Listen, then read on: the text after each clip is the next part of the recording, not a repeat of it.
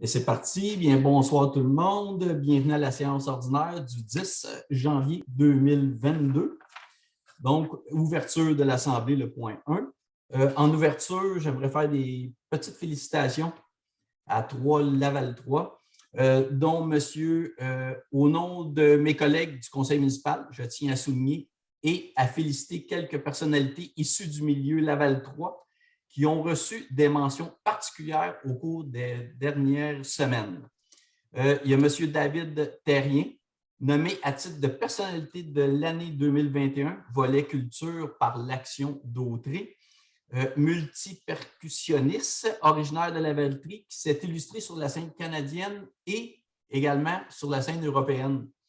M. Jean-Marc Perrault, je pense que beaucoup d'entre vous le connaissent, hein, enseignant à l'École de la Rive. M. Perrault, c'est récipiendaire du prix Dollard-Morin, prix bénévolat et loisirs et en sport pour la Nodière et engagé dans de nombreux dossiers tels que le club d'astronomie et la patrouille auxiliaire de la garde côtière. Également, M. Stéphane Pont, qui a remporté le prix d'excellence Jean-Marie Gauvreau, l'une des plus hautes distinctions en métier d'art au Québec pour son œuvre Odyssée. Je ne sais pas si vous avez vu l'œuvre, mais le grand bateau, c'est incroyable. Citoyen de la Valtrie, Stéphane Pont est un artiste varié, reconnu pour ses créations uniques qui combinent l'antique, le contemporain et qui combinent le mythe et les symboles. Pour ces marques de reconnaissance et leur engagement, ces Laval 3 de cœur font rayonner notre merveilleuse ville. Donc, encore 1000 fois félicitations. 3 Laval 3 en nomination comme personnalité 2021. Bravo. Donc, commençons. Point 2, adoption du procès-verbal des séances du 6 décembre. Donc, vous avez reçu copie. Ça me prend un proposeur. Monsieur Moreau, appuyé par Mme Falker. Tout le monde est d'accord? Point 3, aménagement du territoire et urbanisme. 3.1, dépôt du rapport de consultation écrite. Donc c'est... Oui, vas-y, Francine. Madame Ranger. Donc, c'est l'adoption du second projet de règlement. Donc, après avoir pris connaissance du rapport déposé par la greffière concernant la consultation écrite sur le projet de règlement, il n'y a pas eu aucune question, aucun commentaire. Donc, il s'agit, dans le fond, du règlement 110-13-221 que nous avions expliqué à la dernière séance, soit le 6 décembre. Il s'agit là de l'adopter. Il y avait eu un avis de motion le 6 décembre. C'est pour permettre la densification sur la rue des Mères, c'est-à-dire de permettre la construction de multifamiliales et d'incorporer la rue des Mères au territoire. Donc, j'en fais la proposition, Monsieur le maire. Proposé par Mme Ranger, appuyé par Mme Falker. Tout le monde est d'accord? Je veux dire que, si je ne me trompe pas, c'est seulement, M. Brault, c'est seulement un lot hein, pour la densification puis en usage conditionnel qui est complètement au sud, côté Est. C'est une nouvelle zone. C'est pas juste un lot, ça comprend une zone qui est sur presque toute la rue des Mères. OK, parfait. Donc, proposé par Mme Ranger, Mme Falker, tout le monde était d'accord, ça oui? Parfait. 3.3, adoption du rapport de consultation écrite et l'adoption du second projet de règlement. Mme Ranger. Donc, il s'agit également du second projet de règlement qui avait été tout expliqué dans l'avis de motion du 6 décembre. Après avoir pris connaissance du rapport déposé par la greffière, il n'y a eu aucun commentaire, aucune question. Donc, ce projet, ce règlement, finalement, je vais vous l'expliquer juste vite fait, là, parce qu'il avait tout été expliqué point par point. Donc, c'est pour permettre ou interdire certains usages commerciaux et communautaires sur la rue Notre-Dame, tant à l'est qu'à l'ouest de Saint-Antoine. c'était pour permettre aussi d'interdire les débits de boissons et la restauration rapide près des écoles sur Saint-Antoine, donc l'école JC Chaussée et l'école Ami-Soleil.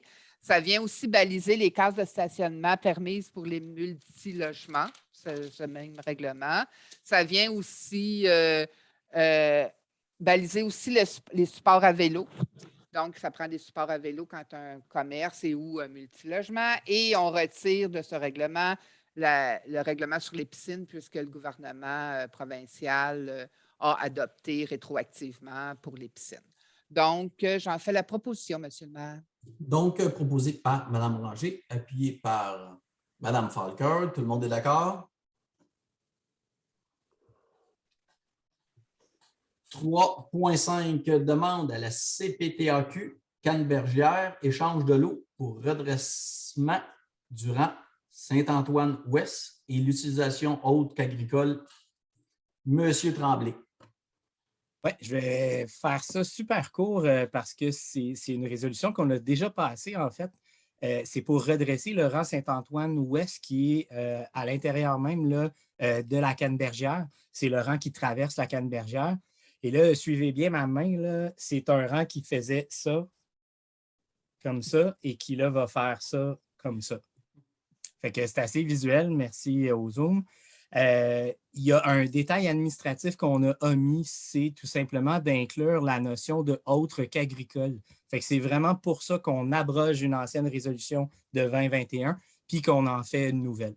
Fait que l'idée, c'était juste de rendre le rang le plus droit possible. Puis pour ça, il fallait céder des portions de l'eau qui devient publique et l'inverse est aussi vrai. Là, la Cannebergière donnait une certaine proportion. Puis on s'est arrangé évidemment pour que proportionnellement, ça balance au niveau de l'aire octroyé de chacune des parties.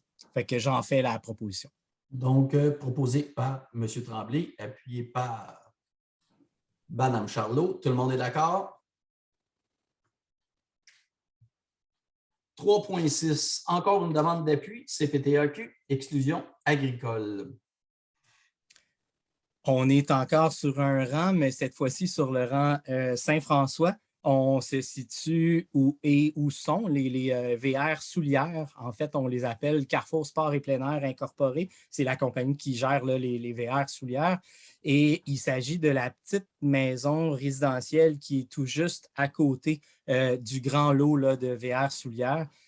L'idée, c'est de demander à la CPTAQ un amendement là, qui permettrait l'exclusion de cette maison-là du secteur résidentiel pour pouvoir permettre un usage commercial. L'usage qui est déjà là, en fonction, ils se servent de cette maison-là comme à l'administration et ils stationnent aussi quelques VR. Là, fait que c'est pour extensionner, dans le fond, l'usage commercial de VR Soulières à cette maison-là.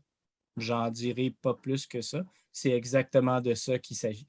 Donc, j'en fais la proposition. Proposé par M. Tremblay, appuyé par Mme Charlot. Tout le monde est d'accord? Si jamais il y en a qui se joignent à nous, qui ne viennent pas souvent, CPTAQ, Commission de la protection du territoire agricole du Québec. On en a tellement des petits. Hein? Donc, travaux publics 4.1. Conversion au DEL des luminaires, responsabilité municipale. Monsieur Tremblay. Oui, la Ville a procédé en fait à la conversion de son système d'éclairage au DEL sur tout son territoire, l'ensemble du territoire. Par cette résolution-là, la Ville souhaite également prendre sous sa responsabilité la conversion au DEL, l'entretien, l'inspection, les coûts d'électricité qui sont minimes, il faut le dire. Quand on passe au DEL, c'est un des avantages majeurs, c'est que les coûts sont considérablement réduits. Et on veut faire ça aussi sur les routes appartenant au ministère des Transports, donc 131, 138 ou Saint-Antoine, Notre-Dame. L'idée étant de se donner une flexibilité puis un moyen d'action plus rapide parce que souvent, malheureusement, on attend après le ministère et on attend très longtemps. Et là, il y a un enjeu de sécurité qu'on trouve important. Puis pour assurer la sécurité de nos citoyens, on va rapatrier ces luminaires-là et on va les convertir au DEL au même titre. En même temps, ça permet d'uniformiser aussi l'éclairage sur l'ensemble de la ville. Ce qu'on ne veut pas, c'est qu'il y ait un type d'éclairage sur Notre-Dame et Saint-Antoine, puis qu'il y ait un autre type d'éclairage un peu partout dans notre ville. Donc, avec cette résolution-là, on vient, dans le fond, prendre la responsabilité des luminaires pour pouvoir les convertir. Évidemment, la Ville s'engage à assumer la responsabilité, les coûts des travaux liés à la conversion au DEL. C'est ce qu'on a fait dans tout le territoire. Puis honnêtement, c'est tellement avantageux financièrement de faire ce move-là qu'on a un retour sur investissement là, en bas de 5 ans. Étant donné l'économie d'énergie de passer au DEL, c'est vraiment, vraiment avantageux. Fait qu'on veut le faire sur l'ensemble du territoire. C'est déjà sérieusement avancé sur le reste du territoire, mais là, Notre-Dame et Saint-Antoine, il faut avoir la permission. J'en fais la proposition. Donc, proposé par M. Tremblay, appuyé par M. Guévremont. Tout le monde est d'accord? Parfait. Pour une fois, quand un citoyen va nous dire qu'une lumière est brûlée, on n'aura pas besoin de dire « ça ne nous appartient pas, ça appartient au ministère du Transport ». On aura au moins pour agir plus rapidement. Hein? Parfait. 4.2, mandat notaire, acquisition, infrastructure et servitudes de passage et d'entretien, projet intégré, Monté-Guy-Mousseau. Monsieur Tremblay. Bon, on est dans le projet intégré Monté-Guy-Mousseau du groupe EVEX et ce qui est arrivé, c'est qu'il y a eu une modification de lot. En fait, au départ, les lots étaient standards, donc le terrain au complet, et ils ont modifié pour qu'il y ait 2 lots par terrain, dans le fond, un lot qui serait seulement le bâtiment, puis un lot qui serait des aires communes. Le but étant de s'assurer que les aires communes soient vraiment communes, étant donné que c'est un projet intégré, puis qu'on cherchait à introduire des espaces de vie, puis que ce soit accessible pour tous. Mais en changeant de lot, ça a fait en sorte que la servitude de la ville ne pouvait plus identifier les bons lots. Fait que dans ce cas-là, on abroge la résolution là, de 2021. On mandate Maître Adélard Étier, notaire, de préparer un contrat relatif à l'acquisition des infras. Donc, les infras, c'est aqueduc, sanitaire, pluvial, sécurité, incendie, pour desservir le projet intégré sur la rue, sur la montée Guy-Mousseau. Il y a une petite section aussi de la rue des Ancolis, là, où il y a des infras aussi. Donc, ça, c'est pour acquérir les infras. Et il faut aussi prévoir l'obtention des servitudes là, nécessaires au passage pour l'entretien et le remplacement de ces dernières, donc des infras. Il faut aussi juste mentionner que les descriptions techniques ont été préparées par l'arpenteuse géomètre Ève Saint-Pierre en date du 8 juin 2021. Nommer M.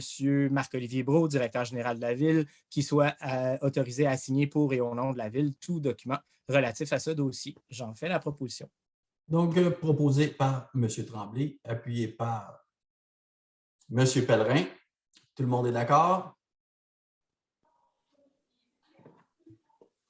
Point 5, administration, ressources humaines et financières. 5.1, embauche et nomination, agent de communication et médias numériques, loisirs, culture et événements. Monsieur Moreau. Rendu qu'un poste régulier à temps plein d'agent de communication au service des communications est vacant, suite aux recommandations de la directrice des ressources humaines, que le conseil municipal procède à l'embauche et à la nomination de Mme Daphné Marinucci au poste régulier à temps plein d'agent de communication et médias numériques, loisirs, culture et événements au service des communications. Que cette nomination soit effective à compter du 24 janvier 2022 et que la rémunération soit celle prévue à la convention collective à l'échelle 3 de sa fonction d'agent de communication et médias numériques. Que Madame soit soumise à une période de 910 heures travaillées, que les autres conditions de travail soient celles prévues à la convention collective. Donc, j'en fais la proposition. Micro, proposé par M. Moreau, appuyé par Mme Ranger. Tout le monde est d'accord? Oui. 5.2, dépôt, embauche et démission par délégation des pouvoirs du directeur. C'est tout simplement un dépôt. Et comme on le dit souvent, c'est tout simplement des emplois à temps partiel. Monsieur Brault, il n'y a pas de... C'est seulement du temps partiel? Oui, hein? C'est ça. C'est temporaire et saisonnier. Temporaire et saisonnier, parfait. 5.3, assise de l'UMQ, M. Moreau. Donc, c'est le prochain congrès municipal que le conseil municipal autorise mesdames les conseillères Francine Ranger, Marie-Pierre Villeneuve, messieurs les conseillers Jocelyn Guévremont, Pascal Tremblay, monsieur le maire Christian Goulet et le directeur général, monsieur Marc-Olivier Brault, à participer aux assises 2022 de l'Union des municipalités du Québec les 12 et 13 mai prochains au Centre des congrès du Québec. Que les frais d'hébergement, de déplacement et de repas soient remboursés par la Ville, le cas échéant, sur présentation des pièces justificatives. Donc, j'en fais la proposition. Donc, proposé par M. Moreau, appuyé par Mme Ranger.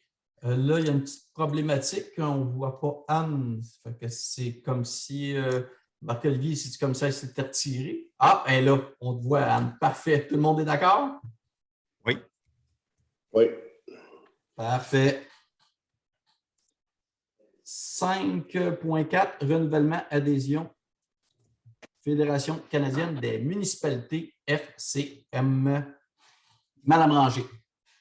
Donc, il s'agit pour le conseil municipal de la ville de Lavaltrie de renouveler son adhésion à la Fédération canadienne des municipalités au coût de 3 327,39 $.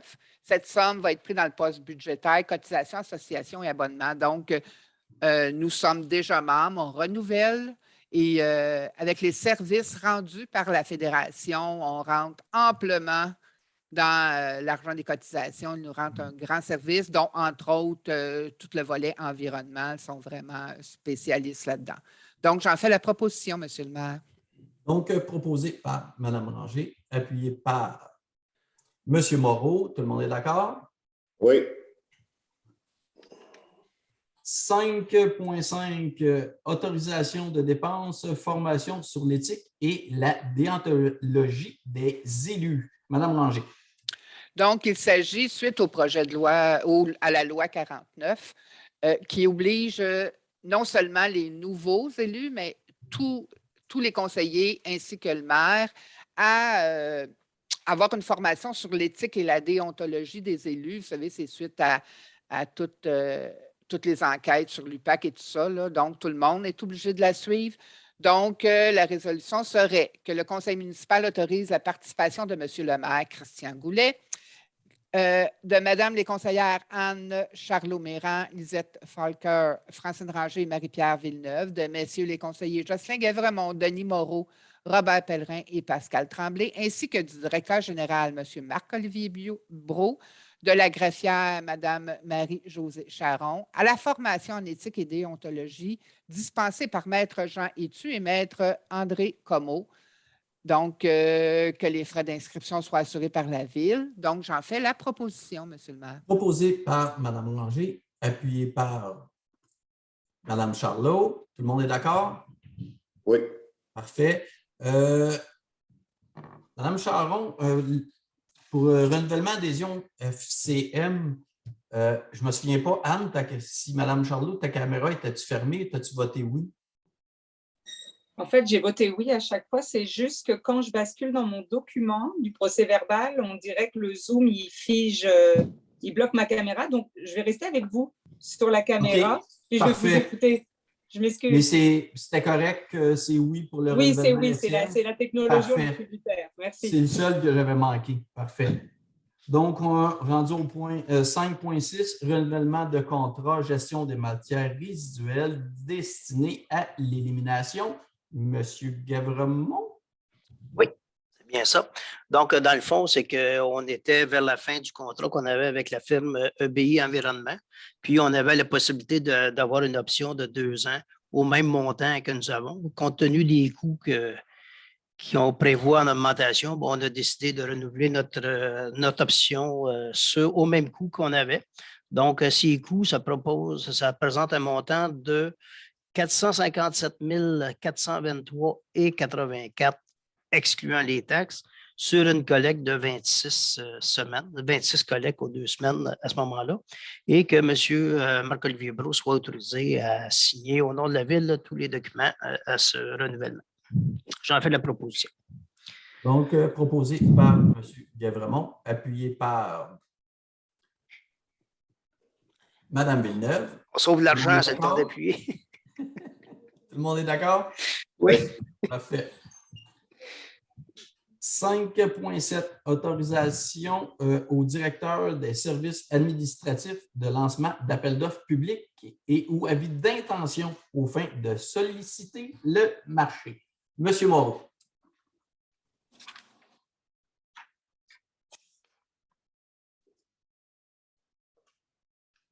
Monsieur Moreau, on ne vous entend pas. Votre micro est fermé. Que le conseil municipal autorise le directeur des services administratifs, M. Marc-André Desjardins, à lancer des appels d'offres publics ou avis d'intention pour solliciter le marché afin de répondre aux besoins de la ville de Lavaltrie.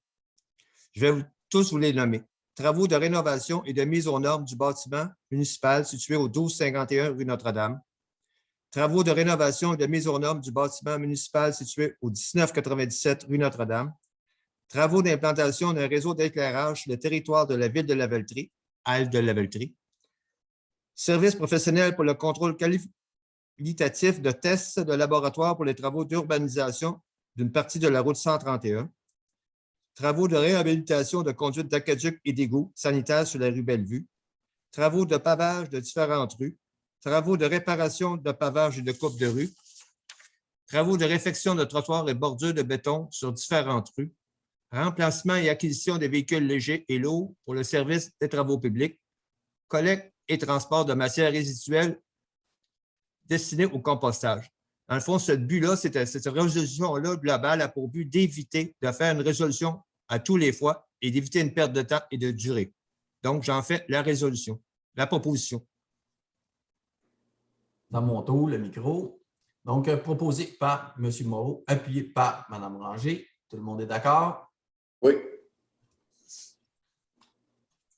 5.8, fermeture de dossier en perception 81, terrasse Perrault.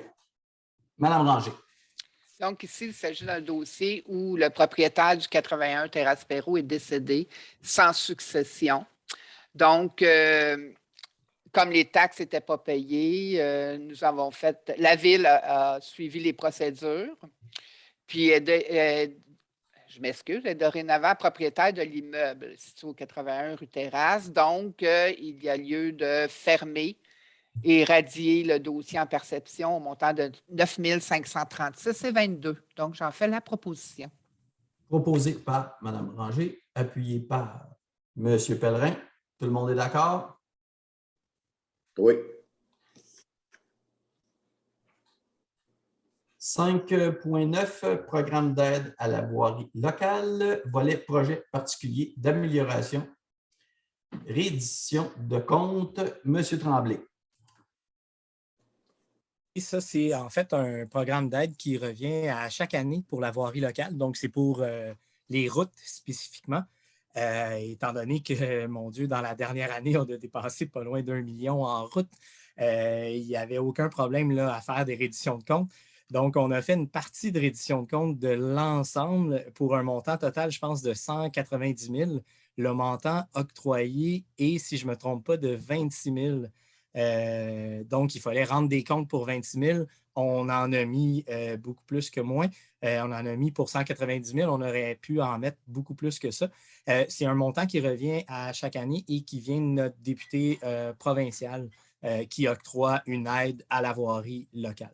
Donc, oui, c'est 190 088 conformément aux exigences du ministère de Transport du Québec. Et bon, on reconnaît qu'en cas de défaillance, l'aide financière sera résiliée, mais ce ne sera pas le cas. Le conseil municipal autorise le directeur du service, M. Marc-André Desjardins, à signer pour et au nom de la ville les documents requis pour donner suite à la présente résolution. J'en fais la proposition. Proposé par M. Tremblay, appuyé par M. Gavremont. Tout le monde est d'accord? Oui. 5.10, adoption du règlement, rémunération des élus. M. Moreau. Donc, l'avis a été donné le 6 décembre dernier. Je vais vous en faire un bref résumé. Comme le rôle et les responsabilités ont beaucoup changé depuis ce temps, depuis 2001, la charge de travail a beaucoup augmenté. Étant donné que le dernier ajustement remonte en 2001, nous avons demandé à l'Union municipalité du Québec de fournir à la ville de Lavaltrie des données comparables pour notre ville. Donc, nous avons 2 critères, la population et la richesse foncière uniformisée. Suite à ce tableau, nous avons choisi la ligne médiane. Donc, l'ajustement d'un conseiller passera de 96 sous à 1,20 par citoyen en 2022. Il va de même pour M. le maire. L'ajustement passera de 3,19 à 4,70 pour citoyen en 2022. Donc, j'en fais la proposition. Proposé par M. Moreau, appuyé par Mme Ranger. Tout le monde est d'accord? Oui. Il faut que je vote là-dessus, hein, monsieur? Oui. D'accord, moi aussi.